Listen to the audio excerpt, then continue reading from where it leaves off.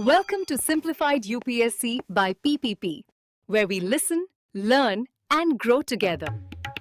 Detailed notes in English and Hindi, plus practice questions for prelims and mains, only on our Telegram channel. Link in description. Want early access to all videos of this series? Join our paid Telegram group for just 499 rupees. One-time payment, lifetime access. WhatsApp now to join us. नमस्कार दोस्तों, स्वागत है एक और विशेष चर्चा में।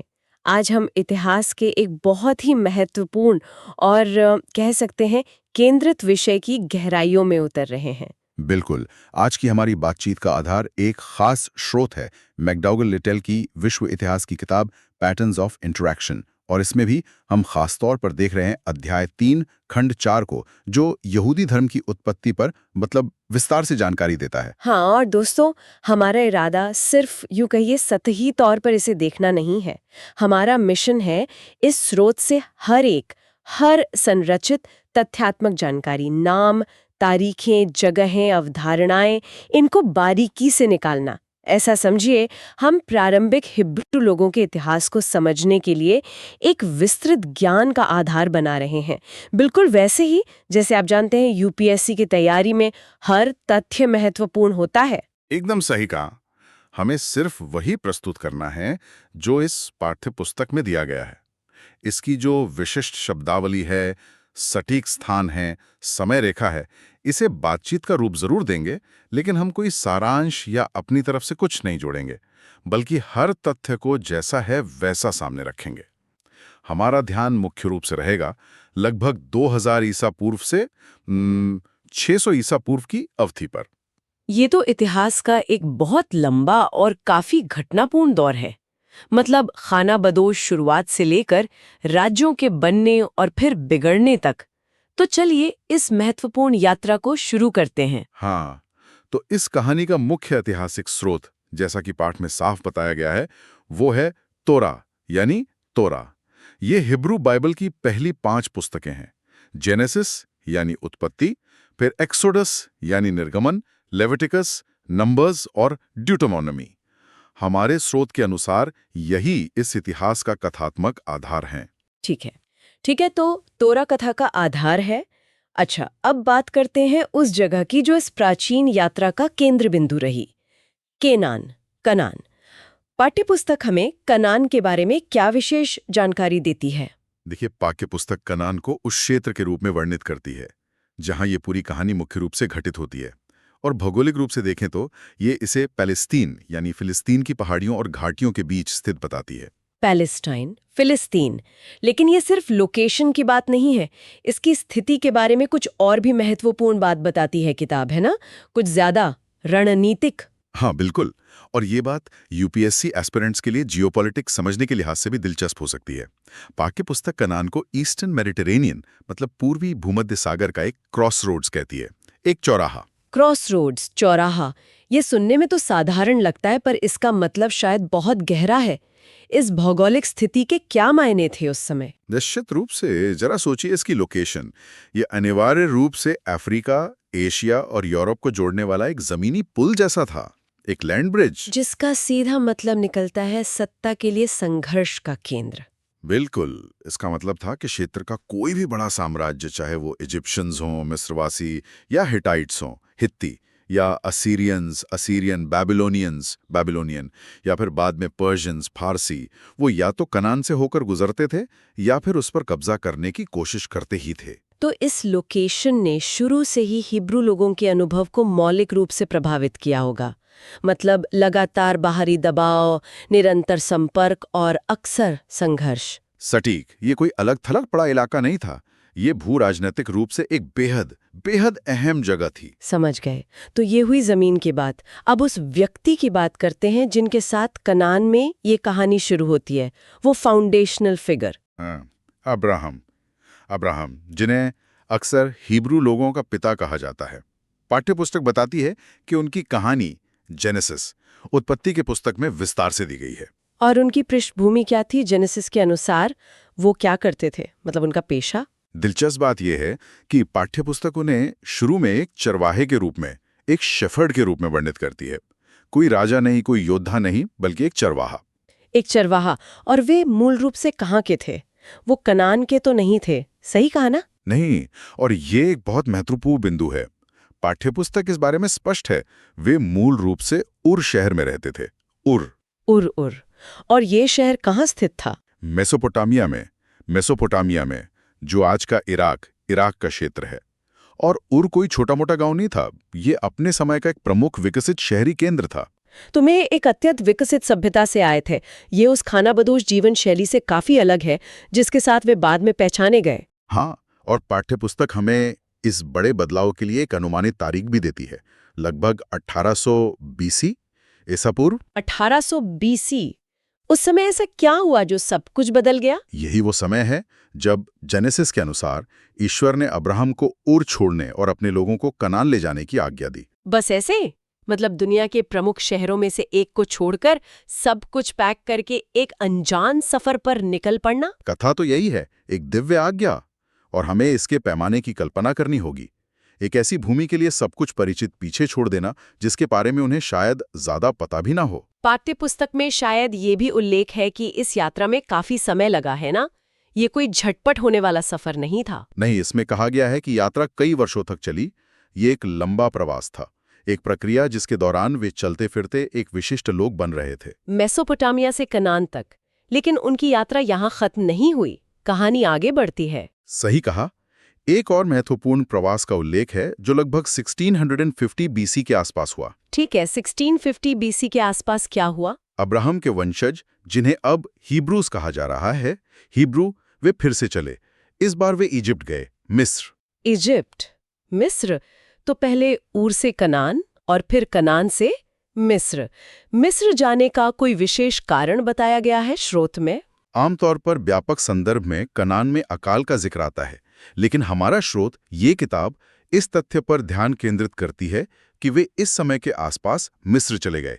यह उनकी कहानी के अगले बड़े अध्याय के लिए, कह सकते हैं, मंच तैयार करता है। हाँ, मिस्र का दौर जो हम जानते हैं कि आगे चलकर गुलामी की ओर ले जाता है, इंस्लेवमेंट। लेकिन मिस्र के विवरण में जाने से पहले हमें हिब्रू लोगों के लिए उस चीज के बारे में बात करने की जरूरत है जो बिल्कुल केंद्रीय थी, जिसने उन्हें अद्वितीय बनाया, खासकर इस निरंतर प्रवास के दौरान ईश्वर की उनकी अवधारणा। हाँ, ये मौलिक है। स्रोत हिब्रू ईश्वर का नाम बताता है, याहुवे, यावे। यावे से जुड़ा मूल विश्वास क्या था? मोनोथीज्म, एकेश्वरवाद। पाठ्यपुस्तक इसे स्पष्ट रूप से परिभाषित करती है, सिर्फ एक ईश्वर में विश्वास। सिर्फ एक ईश्वर। अब ये आज हमें शायद सामान्य लगे, लेकिन प्राचीन निकट पूर्व, एंशिएंट नियर ईस्ट के संदर्भ में देखें तो ये तो क्रांतिकारी रहा होगा। बिल्कुल क्रांतिकारी। हमें उस समय के माहौल को समझना होगा। तब आम बात क्या थी? पॉलीथीज्म, बहुदेववाद।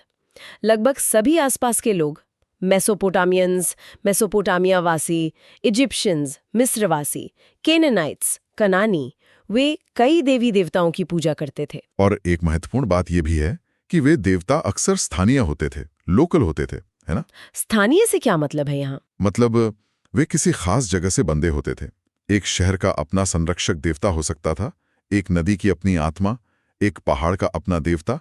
इन देवताओं की शक्ति एक निश्चित भौगोलिक सीमा के भीतर मानी जाती थी। तो अगर आपका शहर जीत लिया गया तो आपके देवता को भी अक्सर हारा हुआ मान लिया जाता था, या कम से कम विजेता के देवता के अधीन, यानी शक्ति स्थान से जुड़ी थी। लेकिन हिब्रू मान्यता इससे मौलिक रूप से अलग थी।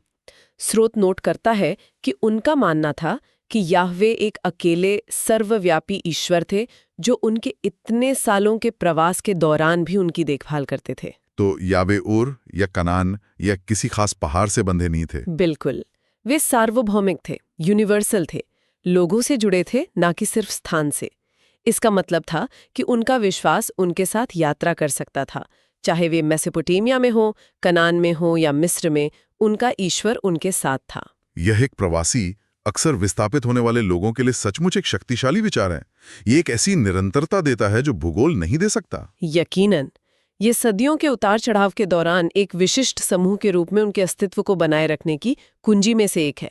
उनके ईश्वर का अस्तित्व किसी खास जमीन के टुकड़े पर उनके नियंत्रण पर निर्भर नहीं था। और उनके इस अद्वितीय ईश्वर के साथ ये रिश्ता सिर्फ एक निष्क्रिय विश्वास नहीं था, इसमें एक सक्रिय समझौता भी शामिल था, है ना, एक अनुबंध जैसा। हाँ, पहला कॉवेनेंट, वाचा, ये एक और आधारशिला अवधारणा है। पाठ्यपुस्तक इसे याहवे और अब्राहम के बीच हुए एक समझौते के रूप में वर्णित करती है। एक कवेनेंट, वाचा, लगभग एक संधि की तरह। इसकी शर्तें क्या थीं? यह पारस्परिक था, रेसिप्रोकल। अब्राहम, जो हिब्रू लोगों का प्रतिनिधित्व कर रहे थे, उन्होंने याहवे के प्रति आज्ञाकारिता, ओबीडियंस का वादा किया। ठीक है, अब्राहम की ओर से आज्ञाकारिता, और बदले में यावे ने क्या वादा किया? याहवे ने अब्राहम और उनके वंशजों की सुरक्षा, प्रोटेक्शन का वादा किया। आज्ञाकारिता के बदले सुरक्षा। ये सुनने में सीधा लगता है, लेकिन इसके निहितार्थ बहुत गहरे हैं। ये एक खास रिश्ता बनाता है। बिल्कुल, यह एक विशेष बंधनकारी संबंध स्थापित करता है। यह एक ऐसे ईश्वर का सुझाव देता है जो मनमाना नहीं है, बल्कि सहमत शर्तों के अनुसार काम करता है, और ये एक ऐसी गतिशीलता स्थापित करता है जो उनके पूरे इतिहास में चलती है। ये विचार के ईश्वर की आज्ञाओं का पालन करने से कृपा और सुरक्षा मिलती है, जबकि अवज्ञा कठिनाई लाती है। सटीक। ये उनकी सफलताओं और विफलताओं को समझने के लिए एक ढांचा प्रदान करता है, सब कुछ इस फाउंडेशनल अग्रीमेंट से जुड़ा हुआ। ये उनके दिव्य संबंध से सीधे जुड़ी एक नैतिक संरचना है। मनुष्यों के साथ एक स्पष्ट अनुबंध में प्रवेश करने वाले देवता का ये विचार, क्या ये उस समय आम था? वास्तव में नहीं। इस औपचारिक तरीके से तो बिल्कुल नहीं। प्राचीन देवताओं को अक्सर मनमौजी, कैप्रिशियस माना जाता था। उनके इरादे रहस्यमय होते थे। वाचा ने दिव्य मानव संबंध में भविष्यवाणी और नैतिक अपेक्षा का एक तत्व पेश किया जो काफी अलग था। ठीक है, तो हिब्रू लोग मिस्र में लगभग 1650 बीसी में वहां प्रवास करने के बाद, शुरुआती दौर शायद ठीक रहा होगा, लेकिन पाठ्यपुस्तक के अनुसार चीजें बदल गईं। हाँ, और ये हमें मोजेस, मूसा और एक्सोडस, पलायन की कहानी की ओर ले जाता है, जो शायद हिब्रू इतिहास की सबसे परिभाषित करने वाली कथा है। मिस्र में हालात क्यों बिगड़े? उनकी स्थिति में बदलाव क्यों आया? स्रोत बताता है कि समय के साथ मिस्र में हिब्रू लोगों की संख्या काफी बढ़ गई। उनकी बढ़ती संख्या ने मिस्र के फिरौन को चिंतित कर दिया। उसने उन्हें एक संभावित खतरे के रूप में देखा। हाँ, एक संभावित आंतरिक खतरा। अपने ही राज्य के भीतर एक बड़ा अलग समूह जिसकी संख्या बढ़ रही हो, उसे मिस्र की सुरक्षा के लिए जोखिम माना गया होगा। और फिरौन की प्रतिक्रिया, स्रोत क्या कहता है? क्रूर। पाठ्यपुस्तक में कहा गया है कि फिरौन ने सभी हिब्रू पुरुष शिशुओं को मारने का आदेश दिया। उनकी आबादी को नियंत्रित करने और उनके समुदाय को तोड़ने का एक व्यवस्थित प्रयास। इन्फेंटिसाइड, शिशु हत्या, एक भयानक फरमान, और यही मूसा के जन्म का संदर्भ है ना? बिल्कुल। एक्सोडस निर्गमन की पुस्तक इस कहानी का विवरण देती है। अपने बच्चे को इस फरमान से बचाने के लिए मूसा की मां ने उसे छिपा दिया। कहाँ छिपाया? नील नदी के किनारे, सरकंडों के बीच, रीड्स के बीच, एक टोकरी में, एक मां का हताश प्रयास। और फिर कहानी में एक नाटकीय मोड़ आता है। एक बहुत बड़ा मोड़। वह बच्चा किसी आम इंसान द्वारा नहीं, बल्कि एक मिस्र की राजकुमारी द्वारा, इजिप्शियन प्रिंसेस द्वारा पाया गया। कई परंपराओं में उन्हें फिरौन की बेटी कहा जाता है। पाठ्यपुस्तक एक मिस्र की राजकुमारी बताती है और वह उसे गोद ले लेती है। तो मूसा, मौत के लिए चिन्हित एक हिब्रू बच्चा, मिस्र के शाही दरबार में पलता बढ़ता है। हाँ, स्रोत कहता है कि उसका पालन पोषण विलासिता में हुआ, अविश्वसनीय विडंबना। लेकिन ये कुछ महत्वपूर्ण भी नोट करता है। इस विशेषाधिकार प्राप्त मिस्र के पालन पोषण के बावजूद मूसा ने अपनी हिब्रू विरासत को, हिब्रू हेरिटेज को याद रखा। वह जानता था कि उसके लोग कौन हैं और वे किस पीड़ा से गुजर रहे हैं। ठीक है, तो उनकी ये दोहरी पृष्ठभूमि है, मिस्र के अभिजात वर्ग की शिक्षा और प्रभाव, लेकिन अपनी जड़ों और अपने लोगों की पीड़ा के बारे में भी जागरूकता। ये अद्वितीय स्थिति शायद उन्हें उनकी भावी नेतृत्व भूमिका के लिए तैयार करती है। और उन्हें कार्रवाई के लिए क्या प्रेरित करता है? क्या ये सिर्फ सामाजिक जागरूकता थी? कथा के अनुसार अंतिम प्रेरणा दिव्य है, डिवाइन है। पाठ्यपुस्तक कहती है कि ईश्वर ने मूसा को फिरौन के पास जाने और यहूदियों को मिस्र से बाहर निकालने की आज्ञा दी। और मूसा की प्रतिक्रिया? अब्राहम की तरह ही पाठ्यपुस्तक बस कहती है, उसने आज्ञा मानी। आज्ञाकारिता का यह कार्य ही पूरी एक्सोडस की घटना को शुरू करता है। तो मूसा फिरौन का सामना करता है, हिब्रू लोगों की रिहाई की मांग करता है, लेट माई पीपल गो, और अंततः कई विपत्तियों, प्लेग्स और संघर्ष के बाद वे मिस्र से निकल जाते हैं। यहाँ महान पलायन ही एक्सोडस है। हाँ, मूसा हिब्रू लोगों को मिस्र में गुलामी से बाहर निकालता है। यह उनकी फाउंडेशनल लिबरेशन स्टोरी है, मौलिक मुक्ति की कहानी। क्या स्रोत हमें एक्सोडस के लिए कोई समय सीमा देता है? देता है। ये एक्सोडस को 1300 और 1200 बीसी के बीच रखता है। 1300 से 1200 बीसी। यह इसे मोटे तौर पर लेट ब्रॉन्ज एज, उत्तर कांस्य युग में रखता है। यह भूमध्य सागर और निकट पूर्व में बड़े उथल-पुथल का समय था।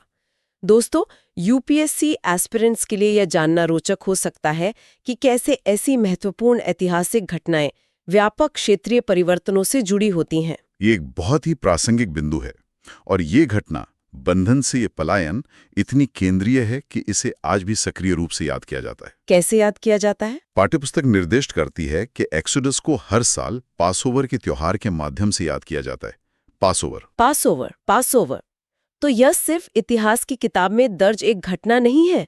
इसे हर साल एक अनुष्ठान, एक रिचुअल के माध्यम से फिर से जिया जाता है। बिल्कुल। यह अनुष्ठान सुनिश्चित करता है कि उत्पीड़न, दिव्य हस्तक्षेप और मुक्ति की कहानी पीढ़ी दर पीढ़ी यहूदी पहचान का एक मुख्य हिस्सा बनी रहे। ये उस सामूहिक स्मृति को जीवित रखता है। इस अनुभव ने उन्हें बदल दिया होगा, है ना? गुलामों के एक समूह से एक ऐसे लोगों में जो मुक्ति के इस साझा अनुभव से परिभाषित होते हैं। मौलिक रूप से उन्होंने याहवे की शक्ति को सीधे इतिहास में उनकी ओर से कार्य करते हुए देखा था।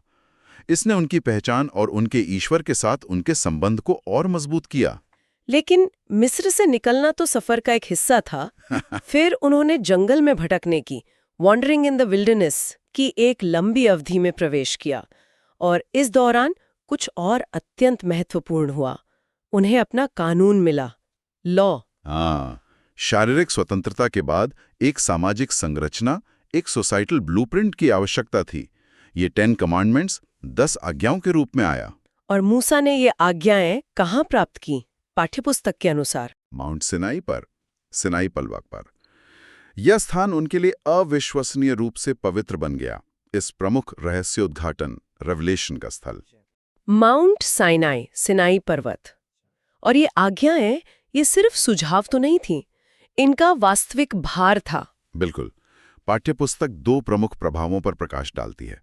पहला, उन्होंने याहवे के साथ एक नया कॉवेनेंट बनाया, एक नई वाचा। एक नया कॉवेनेंट, नई वाचा। अब्राहम के साथ हुए समझौते पर आधारित, लेकिन उससे अलग। हाँ, उसे गहरा करते हुए। यह आज्ञाकारिता के सामान्य वादे से नैतिक और धार्मिक दायित्वों के एक बहुत अधिक विशिष्ट सेट की ओर ले गया। इसने ईश्वर और लोगों के बीच के रिश्ते को और औपचारिक बना दिया। और दूसरा प्रभाव क्या था? वे हिब्रू कानून का, हिब्रू लॉ का आधार बन गए। इसने पूरे समुदाय के लिए एक नैतिक संहिता, एक मॉरल एंड एथिकल कोड प्रदान की। कैसे जीना है, एक दूसरे के साथ कैसा व्यवहार करना है, ईश्वर से कैसे संबंध रखना है। तो ये धार्मिक और नागरिक कानून, रिलीजियस एंड सिविल लॉ, दोनों का मिश्रण था जो एक साथ बुने हुए थे। पूरी तरह से 10 कमांडमेंट्स ने पूजा, परिवार, संपत्ति, न्याय जैसे मामलों के बारे में मौलिक सिद्धांत निर्धारित किए। जब वे अपनी भूमि में एक राष्ट्र बनने की ओर बढ़ रहे थे, तब अपने समाज को व्यवस्थित करने के लिए ये आधारशिला बन गए। ये समझना आसान है कि गुलामी के साझा आगात के बाद एक स्पष्ट, दैवीय रूप से निर्धारित कानूनी और नैतिक संहिता का होना एक एकीकृत पहचान बनाने के लिए कितना शक्तिशाली रहा होगा। ये आवश्यक था। इसने नियम, साझा मूल्य और व्यवहार का एक सामान्य मानक प्रदान किया जो व्यक्तिगत जनजातियों या परिवारों से परे था। ये कानून उनकी पहचान की एक परिभाषित विशेषता बन गया, शायद अंततः भूमि से भी ज्यादा महत्वपूर्ण। ठीक है, तो एक्सोडस और जंगल में भटकने के बाद हिब्रू लोग अंततः कनान वापस अपना रास्ता बनाते हैं, वो भूमि जिसका वादा अब्राहम से किया गया था।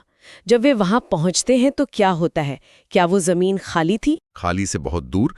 कनान में वापस बसना आसान नहीं था। वे किसी शून्य में नहीं लौट रहे थे। लौटने पर शुरू में उन्होंने खुद को कैसे संगठित किया?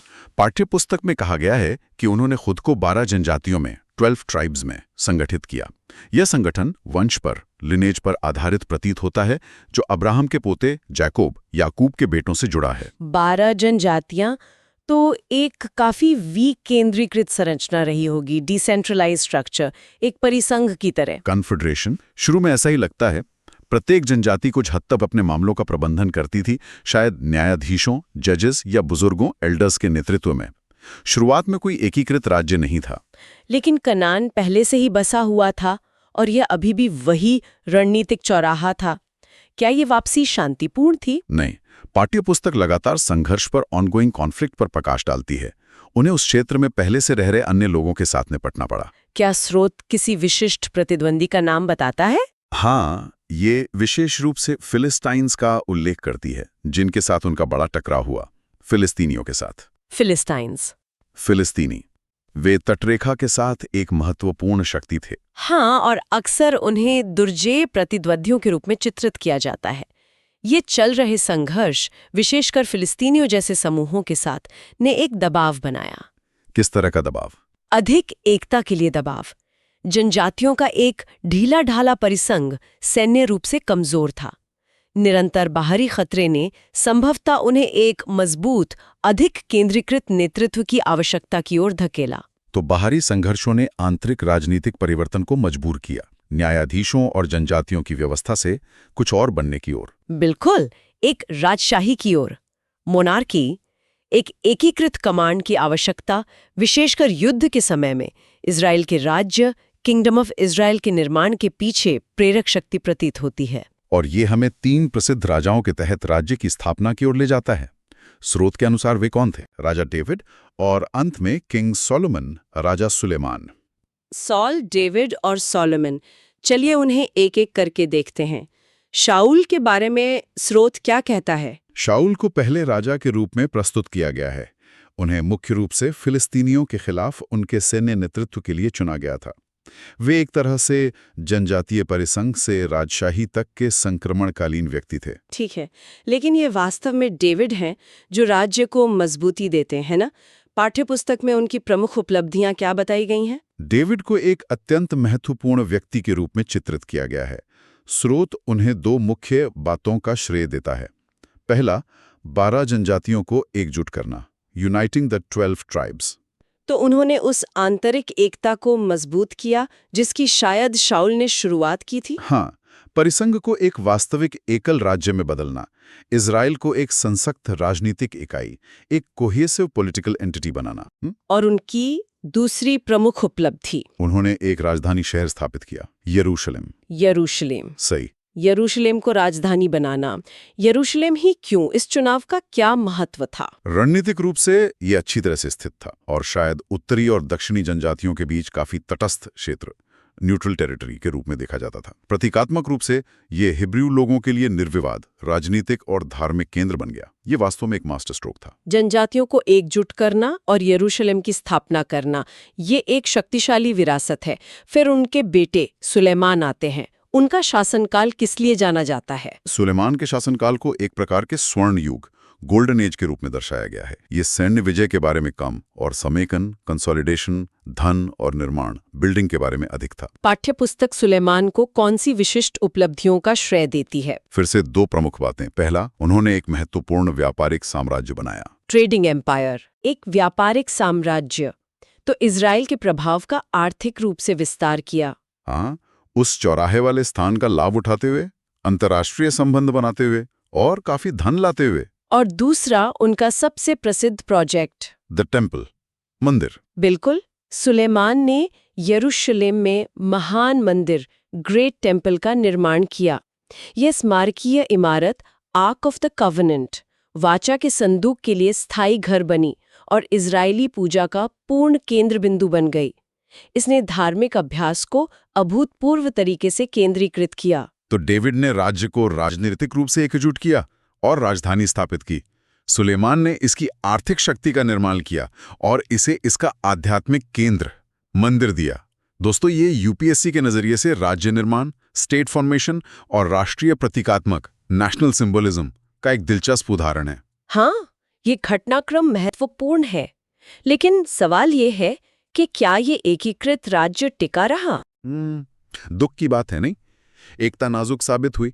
पाठ्यपुस्तक में कहा गया है कि राजा सुलेमान की मृत्यु के बाद चीजें अपेक्षाकृत जल्दी बिखर गईं। कैसे बिखरे? राज्य 2 भागों में विभाजित हो गया, स्प्लिट इनटू 2। एक विभाजन हुआ। 2 अलग-अलग राज्य। उन्हें क्या कहा जाता था और वे कहाँ स्थित थे? उत्तरी भाग ने इज़राइल नाम रखा, इज़राइल। दक्षिणी भाग, जिसमें यरूशलेम और मंदिर शामिल थे, जूदा के नाम से जाना जाने लगा, यहूदा। इज़राइल उत्तर में, यहूदा दक्षिण में। और इस तरह विभाजित होने से वे बाहरी खतरों के प्रति काफी कमजोर हो गए होंगे। निश्चित रूप से। दो छोटे और अक्सर आपस में लड़ने वाले राज्य उनके आसपास उभर रहे शक्तिशाली साम्राज्यों के लिए बहुत आसान शिकार बन गए। और साम्राज्य आए, पहले किसने हमला किया? पाठ्य पुस्तक कहती है कि असीरियन एम्पायर, असीरियन साम्राज्य, मेसोपोटामिया से आई एक बेहद शक्तिशाली सैन्य ताकत ने उत्तरी राज्य इज़राइल पर विजय प्राप्त की। इज़राइल पर विजय प्राप्त की। वहां के लोगों का क्या हुआ? असीरियन अक्सर प्रतिरोध को तोड़ने के लिए जीते हुए अभिजात वर्ग और कुशल आबादी का बड़े पैमाने पर निर्वासन करते थे, मास डिपोर्टेशन। उत्तरी जनजातियां बिखर गई, जिससे प्रभावी रूप से इज़राइल के राज्य का स्वतंत्र अस्तित्व समाप्त हो गया। इन्हें अक्सर लॉस्ट ट्राइब्स, खोई हुई जनजातियां कहा जाता है। तो उत्तरी राज्य असीरिया द्वारा मिटा दिया गया। दक्षिणी राज्य यहूदा के बारे में क्या वो ज्यादा समय तक बचा रहा? यहूदा कुछ समय तक टिका रहा, लेकिन अंततः एक और मेसोपोटामियाई शक्ति उभरी, बेबीलोनियन एम्पायर, बेबीलोनियन साम्राज्य। और बेबीलोनियन साम्राज्य ने क्या किया? उन्होंने यहूदा पर विजय प्राप्त की। उन्होंने यरूशलेम को नष्ट कर दिया, जिसमें सुलेमान का मंदिर भी शामिल था, और शेष हिब्रू लोगों में से कई को बेबीलोन में निर्वासित कर दिया, डिपोर्टेड कर दिया बेबीलोन में। ये निर्वासन, यही प्रसिद्ध बेबीलोनियन कैप्टिविटी है, बेबीलोनियन कैद। हाँ, बिल्कुल। यहूदा के लोगों के लिए जबरन निर्वासन, फोर्स्ड एग्जाइल की अवधि थी, अपनी मातृभूमि और अपने नष्ट हुए मंदिर से दूर बंदी के रूप में रहना। ये उनके लिए एक गहरा, दर्दनाक, फिर भी परिवर्तनकारी दौर था, ट्रांसफॉर्मेटिव। परिवर्तनकारी कैसे? क्या इस मुश्किल ने उन्हें अनुकूलन के लिए मजबूर किया? हाँ, मंदिर से दूर होने के कारण उन्हें अपनी पहचान और धार्मिक अभ्यास बनाए रखने के नए तरीके खोजने पड़े। ध्यान और भी मजबूती से धर्म ग्रंथ पर, स्क्रिप्चर पर, कानून पर, लॉ पर और सामुदायिक प्रार्थना, कम्युनल प्रेयर पर केंद्रित हो गया। सिनेगॉग यानी प्रार्थना स्थल संभवतः इसी दौरान महत्वपूर्ण होने लगे। तो निर्वासन ने विरोधाभासी रूप से उनकी धार्मिक पहचान के कुछ पहलुओं को और मजबूत किया होगा। क्या वे कभी वापस लौटे? वे लौटे। भूराजनीति का पहिया फिर से घूमा। बेबीलोनियन साम्राज्य अंततः एक और साम्राज्य द्वारा जीत लिया गया। किसने बेबीलोन पर विजय प्राप्त की? द पर्शियन एम्पायर, फारसी साम्राज्य। और पाठ्यपुस्तक नोट करती है कि यह महत्वपूर्ण था क्योंकि फारसियों की नीति अलग थी। किस तरह से अलग थी? फारसी शासक जैसे साइरस द ग्रेट, साइरस महान, विजित लोगों को अधिक स्वायत्ता देते थे, ऑटोनॉमी देते थे, जिसमें अपनी मातृभूमि लौटने और अपने धर्मों का पालन करने का अधिकार भी शामिल था। तो बेबीलोन पर फारसी विजय के कारण निर्वासित यहूदियों को यरूशलेम लौटने की अनुमति मिली। वे घर जा सकते थे। हाँ, और विशेष रूप से उन्हें मंदिर का पुनर्निर्माण करने की अनुमति दी गई, रीबिल्ड द टेम्पल। यह एक निर्णायक क्षण था जिसने यहूदिया में यहूदी समुदाय के भौतिक और आध्यात्मिक पुनर्निर्माण की नींव रखी। दोस्तों, हमने ऐतिहासिक रूप से काफी लंबा सफर तय किया है। प्रवास, गुलामी, राज्य का बनना और टूटना, निर्वासन और फिर वापसी। चलिए अब थोड़ा रुकते हैं और उन मूल धार्मिक और नैतिक विचारों को एक साथ लाते हैं। यहूदी धर्म का वो सार जो इस पूरे इतिहास से उभरा, जैसा कि हमारे स्रोत में प्रस्तुत किया गया है। ठीक है। स्रोत वास्तव में 3 परस्पर जुड़े स्तंभों पर जोर देता है। पहला और शायद सबसे मौलिक मोनोथियज्म है, एक ईश्वरवाद। सही, हमने इस पर पहले भी बात की। एक ईश्वर यावे में अटूट विश्वास, इसी ने उन्हें उनके आसपास की बहुदेववादी दुनिया से अलग पहचान दी। बिल्कुल, इसने एक केंद्रीय फोकस और एक अद्वितीय धार्मिक पहचान प्रदान की। दूसरा स्तंभ, कॉवेनेंट की अवधारणा, वाचा। हाँ, वो समझौता, पहले अब्राहम के साथ, फिर सिनाई में मूसा के साथ, रिनोवे, नवीनीकृत और विस्तारित किया गया। ईश्वर और हिब्रू लोगों के बीच एक बाध्यकारी पारस्परिक संबंध का ये विचार, ये उनके पूरे इतिहास और ईश्वरीय इच्छा की उनकी समझ को फ्रेम करता है। ये सिर्फ विश्वास नहीं है, ये आपसी दायित्वों पर आधारित एक रिश्ता है। एकेश्वरवाद, वाचा। और तीसरा स्तंभ क्या है? नैतिक और आचार संहिता, मॉरल एंड एथिकल कोड, जो मुख्य रूप से 10 कमांडमेंट से ली गई है, 10 आज्ञाओं से। सिनाई पर्वत पर दिया गया कानून। ये संहिता कैसे काम करती थी? सिर्फ धार्मिक नियमों के तौर पर? इसने हिब्रू कानून का आधार तो बनाया, हाँ, लेकिन यह सिर्फ कानूनी विधियों से कहीं ज्यादा था। इसने एक धर्मी जीवन जीने के लिए मार्गदर्शन दिया। न केवल ईश्वर के साथ कैसे बातचीत करें, बल्कि महत्वपूर्ण रूप से अन्य लोगों के साथ कैसे बातचीत करें। न्याय, ईमानदारी, परिवार के लिए सम्मान, ये सब धार्मिक दायित्व बन गए। तो धर्म केवल अनुष्ठानों और परमात्मा के बारे में मान्यताओं तक सीमित नहीं था, यह आंतरिक रूप से रोजमर्रा के नैतिकता से, एवरीडे एथिक्स से और सामाजिक न्याय, सोशल जस्टिस से जुड़ा हुआ था। सटीक। 10 आज्ञाओं ने इस संबंध को स्थापित किया।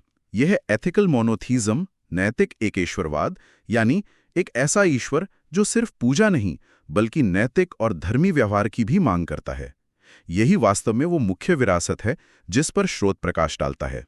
इसने उन्हें एक सामुदायिक जीवन के लिए एक ऐसा ढांचा दिया जो तब भी कायम रह सकता था जब उनकी राजनीतिक संरचनाएं ध्वस्त हो गई। अब स्रोत में एक दिलचस्प साइडबार भी शामिल है, जिसमें एक अन्य प्राचीन संस्कृति के साथ एक साझा कहानी की तुलना की गई है।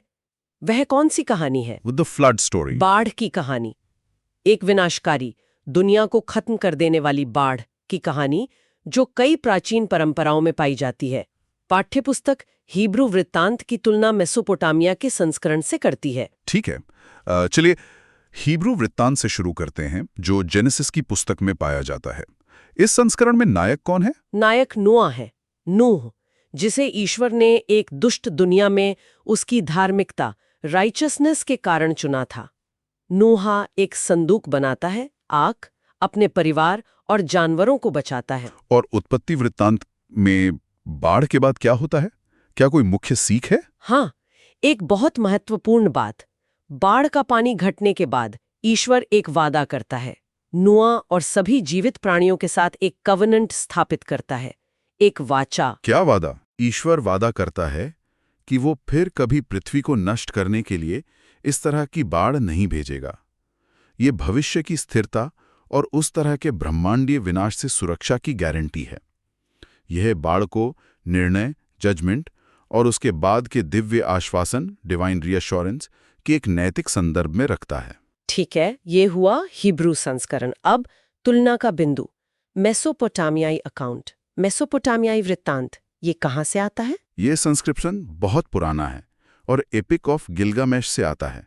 गिलगामेश के महाकाव्य से, जो साहित्य के सबसे पुराने ज्ञात कार्यों में से एक है। और गिलगामेश के महाकाव्य में बाढ़ का नायक कौन है? उसका नाम उत्नापिष्टिम है। उत्नापिष्टिम। उत्नापिष्टिम, उत्नापिष्टिम। उसे आने वाली बाढ़ के बारे में कैसे पता चलता है? क्या ये किसी मुख्य देवता से सीधा आदेश है? दिलचस्प बात है। नहीं, पाठ्यपुस्तक यहाँ एक अंतर बताती है। उत्नापिष्टिम को देवताओं में से एक, विशेष रूप से ईया, जो ज्ञान के देवता थे, द्वारा चेतावनी दी जाती है। ऐसा लगता है कि अन्य देवताओं ने मिलकर बाढ़ का फैसला किया था, लेकिन ईया कुछ हद तक गुप्त रूप से कार्य करता है। ईया उसे कैसे चेतावनी देता है? सीधे नहीं, बल्कि एक सपने के माध्यम से। ड्रीम चेतावनी अप्रत्यक्ष रूप से आती है, जैसे उसकी सरकंडे की झोपड़ी की दीवार के माध्यम से फुसफुसाई गई हो। एक सपना, ये नूह को दिए गए सीधे आदेश से काफी अलग है। और उत्नापिष्टिम को क्या करने के लिए कहा जाता है? उसे बहुत विशिष्ट निर्देश दिए जाते हैं। स्रोत ईया को ये कहते हुए उद्धृत करता है, ओ शुरप्पक के आदमी, उबार तूतू के बेटे, अपना घर गिरा दो और एक नाव बनाओ, संपत्ति छोड़ दो और जीवन की तलाश करो। अपना घर गिरा दो, नाव बनाओ, अपना सामान भूलो, बस अपनी जान बचाओ। बहुत व्यवहारिक और तत्काल निर्देश। तो दोनों कहानियों के साथ साथ तुलना करते हुए मुख्य निष्कर्ष क्या निकलते हैं पाठ्यपुस्तक के अनुसार? क्या समानताएं? खैर, मूल कथा तो आश्चर्यजनक रूप से समान है ना? दोनों में एक नायक है, एक में नोआ, नूह, दूसरे में उत्नापिष्टिम, जो एक बड़ी नाव या संदूक बनाकर एक विश्वव्यापी बाढ़ से बचता है। बिल्कुल, ये प्राचीन निकट पूर्व में एक साझा सांस्कृतिक स्मृति, शेयर्ड कल्चरल मेमोरी का सुझाव देता है, जो संभवतः मेसोपोटामिया में हुई विनाशकारी क्षेत्रीय बाढ़ों की यादों में निहित हो सकती है। मूल कहानी का ढांचा समान है, लेकिन स्रोत प्रमुख अंतरों पर भी प्रकाश डालता है, खासकर देवताओं के साथ बातचीत के तरीके में, डिवाइन इंटरैक्शन में, है ना? हाँ, देवताओं के साथ बातचीत और उनके उद्देश्य, मोटिव में अंतर काफी महत्वपूर्ण है।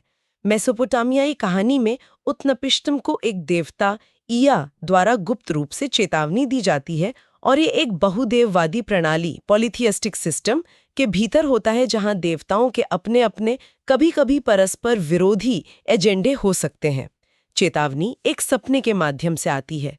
ये थोड़ा अधिक मनमाना सा लगता है। जबकि हिब्रू वृत्तांत में हिब्रू कहानी एकल ईश्वर यावे से नोहा को मिले एक सीधे आदेश, डायरेक्ट कमांड पर जोर देती है, जिसे उसकी धार्मिकता के लिए चुना गया था।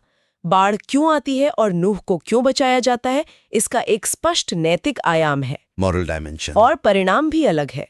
नूह को एक वाचा, भविष्य के लिए एक वादा मिलता है। क्या उत्नपिश्तिम को कुछ समान मिलता है? उसे और उसकी पत्नी को देवताओं द्वारा अमरता, इमोर्टैलिटी प्रदान की जाती है, लेकिन हिब्रू वृत्तांत में जोर उस व्यापक भविष्य की गारंटी पर है जो सभी मानवता और सृष्टि के लिए है वाचा। ये घटना को दुनिया के साथ ईश्वर के चल रहे रिश्ते से जोड़ता है और एक नैतिक दिशा, मोरल ट्रेजेक्टरी निर्धारित करता है। तो जबकि कहानियां एक मूल कथानक साझा करती हैं, उनका धार्मिक ढांचा एक ईश्वरवादी और नैतिक बनाम बहुदेवीवादी और शायद अधिक मनमाना काफी अलग है। ये वास्तव में विभिन्न विश्व दृष्टिकोणों, वर्ल्ड व्यूज पर प्रकाश डालता है। ठीक है, ये हमें इस गहन चर्चा के लगभग अंत तक ले आता है। हमने स्रोत के माध्यम से व्यवस्थित रूप से काम किया है, यहूदी धर्म की उत्पत्ति पर प्रमुख तथ्यात्मक बिंदुओं को निकाला है। हमने एक विशाल समय रेखा को कवर किया है दोस्तों। मेसोपोटामिया में उर में अब्राहम की उत्पत्ति, लगभग 1800 ईसा पूर्व से लेकर केनान तक प्रवास, फिर मिस्र लगभग 1650 ईसा पूर्व, फिर मूसा के नेतृत्व में महत्वपूर्ण एक्सोदस, पलायन लगभग 1300 से 1200 ईसा पूर्व, और सिनाई पर्वत पर कानून प्राप्त करना, राज्य की स्थापना, शाऊल, डेविड, सुलेमान, मंदिर का निर्माण और फिर राज्य का विभाजन, इज़राइल और यहूदा, असीरियन और बेबीलोनियन विजय, निर्वासन, बेबीलोनियन कैप्टिविटी और अंत में पर्शियन एम्पायर के तहत निर्वासन से वापसी। हमने यहूदी धर्म के मूल सिद्धांतों पर भी चर्चा की। मोनोथीज्म, एकेश्वरवाद, कवनेंट, वाचा और नैतिक संहिता, एथिकल कोड, खासकर 10 कमांडमेंट्स, 10 आज्ञाएं। और हमने जेनेसिस की बाढ़ कहानी की तुलना मेसोपोटामिया के एपिक ऑफ गिलगमेश से की, समानताओं और महत्वपूर्ण अंतरों को उजागर किया, जैसे कि ईश्वर की बातचीत, उद्देश्य और परिणाम। खास तौर पर फारसी साम्राज्य की भूमिका निर्णायक थी। उनकी सहिष्णुता की नीति साइरस द ग्रेट के तहत ने निर्वासितों को यरूशलेम लौटने और मंदिर का पुनर्निर्माण करने की अनुमति दी, जो यहूदी समुदाय के अस्तित्व और बहाली के लिए मौलिक था। यह हमें अंतिम विचारणीय प्रश्न की ओर ले जाता है। हमने देखा कि कैसे राजनीतिक सत्ता इज़राइल और यहूदा के राज्य आईं और गईं, साम्राज्यों द्वारा जीती गईं। फिर भी मूल विचार यहूदी धर्म की पहचान निर्वासन और बिखराव, डिस्पर्सल के माध्यम से बनी रही। तो विचारणीय प्रश्न ये है दोस्तों, उस पोर्टेबल कोर यानी एकेश्वरवाद, वाचा और विशेष रूप से 10 आज्ञाओं से उपजी विस्तृत नैतिक संहिता के विकास ने एक ऐसी पहचान बनाने में कितनी महत्वपूर्ण भूमिका निभाई, जो केवल जमीन या राजनीतिक संप्रभुता, पॉलिटिकल सॉवरेनिटी पर निर्भर नहीं थी। यह सोचने वाली बात है कि संस्कृति और पहचान कैसे भौतिक सीमाओं से परे जा सकती है। क्या यह संहिताबद्ध कानून और विश्वास प्रणाली एक प्रकार की पोर्टेबल होमलैंड, पोर्टेबल मातृभूमि के रूप में कार्य कर सकती है, जिससे संस्कृति अपने राज्य और मंदिर के विनाश के बाद भी जीवित रह सके, बेबीलोनियन कैप्टिविटी और बाद के डायस्पोरा के माध्यम से स्थायी बनी रहे? भूमि और साम्राज्य पर कानून और विचार की स्थायी शक्ति के बारे में सोचने के लिए यह एक गहरा बिंदु है। Thanks for watching. Follow us on Telegram and Instagram. Don't forget to like, share, and subscribe.